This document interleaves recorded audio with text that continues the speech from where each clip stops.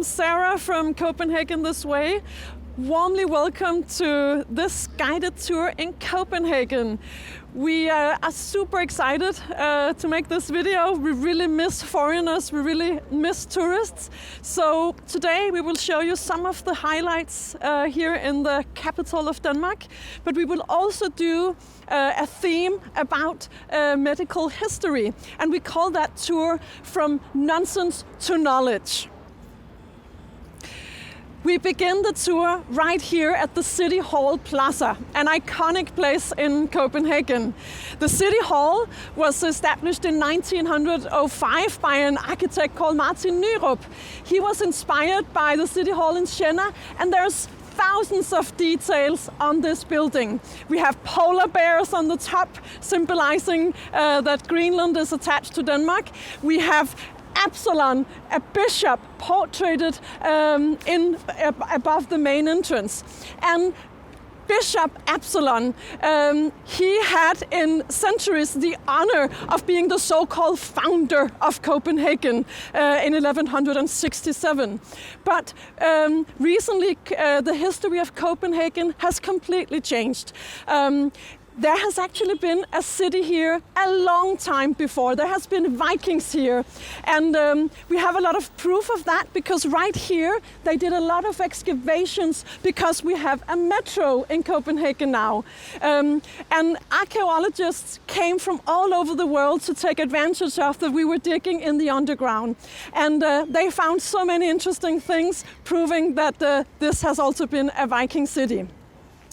We know that from the very old days of Copenhagen, they began to make a fortification ring around Copenhagen.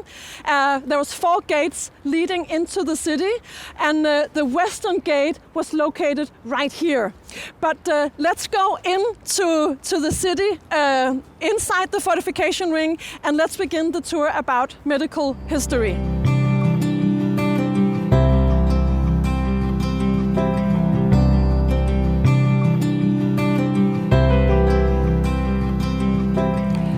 How are you feeling today? Hopefully you're well and healthy. I know that we are in the middle of a global pandemic, but when you deal with medical history, you really come to appreciate that you live in current times, because back in the days, the doctors couldn't really do a lot if you were sick. We are in the middle of downtown Copenhagen, in the oldest part of Copenhagen, and let's begin at the very beginning when it comes to Western medicine. We have to go to Greece, to the island of Kos, and 400 years before Christ, there was a doctor there called Hippocrates, and he was actually very modern in his thoughts because he was the first one to say that when you get ill, if you get sick, it's not a punishment from the gods. It could actually be because you don't eat well or you don't sleep enough. It could be other things that makes you sick. He's also the one behind the Hippocratic oath that doctors have set for centuries, where they promise to do everything they can to help the patients.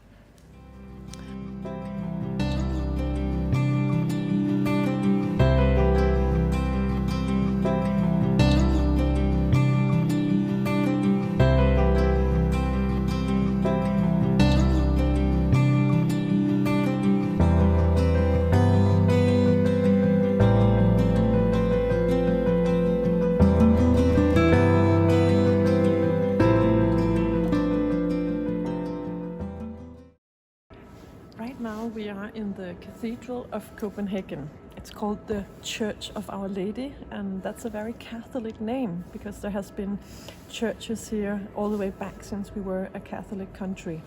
Today it's a Lutheran church. The state church in Denmark is Lutheran, and it's quite famous because there is a lot of sculptures made by the famous Danish sculptor called Thorvaldsen. He spent 40 years in Rome, and when he returned, he was welcomed as a superstar.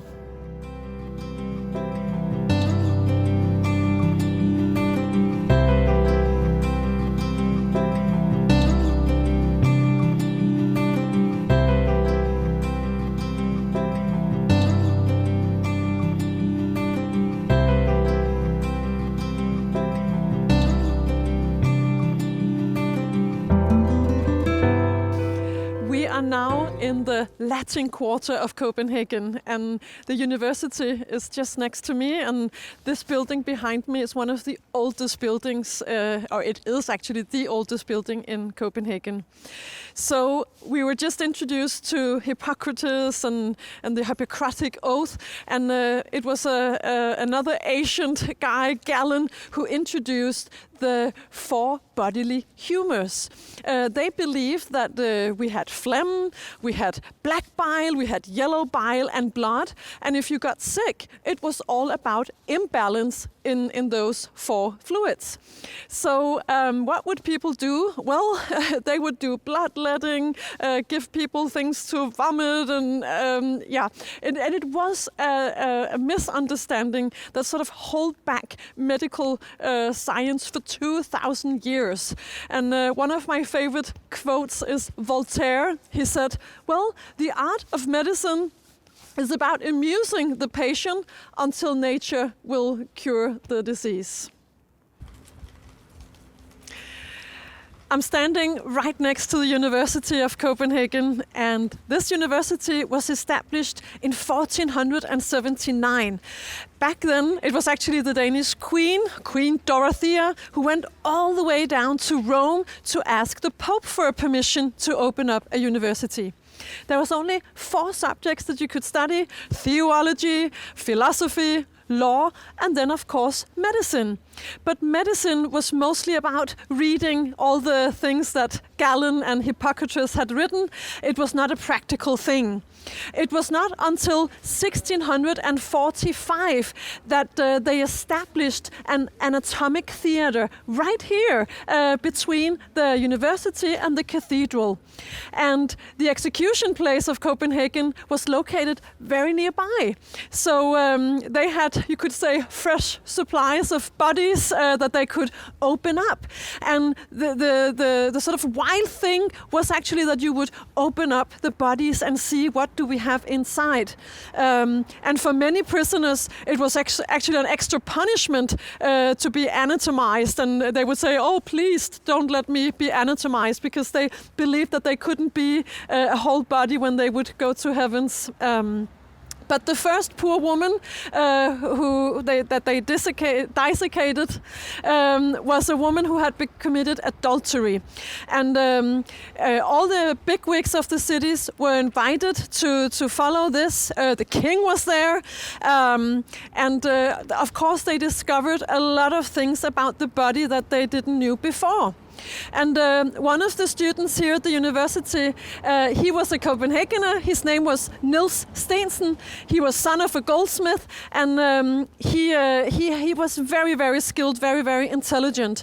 And he was the one who actually discovered that the heart was just a muscle. And he also went to other European universities, and when he returned to Copenhagen, he thought that he was going to have a very good position here. But he was not really related to sort of the leadership here, so they wouldn't hire him. And disappointed, he went all the way down to Florence, where he became doctor for a duke down there. He would then walk around and look at stones, and then he also became the founder of geology. So he was a very skilled man. Later on, he became very religious, actually, and he was beatified by the Catholic Church in 1988.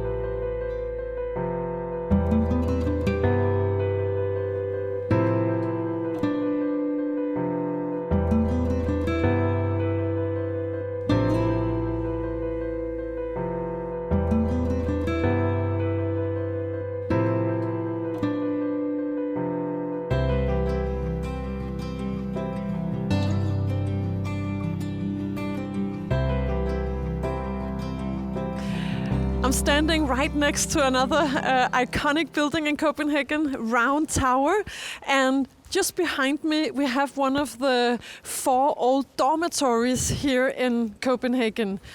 It's called Regensen, and today there live about 100 students. And if we go back in time, let's say 100 years to 1918, this place was actually used as an extra infirmary. They used the dining hall as an extra infirmary because at that time the Spanish flu had come to Denmark.